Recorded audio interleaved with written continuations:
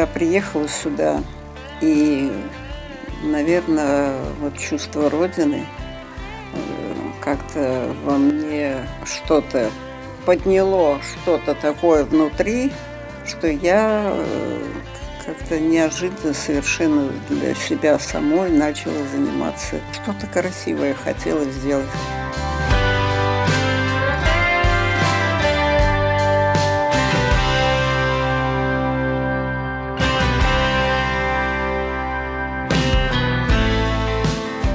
Очень большая работа заключается в том, чтобы нужно сначала каждую деталь сделать, каждый цветочек, потом уже начинается строиться композиция.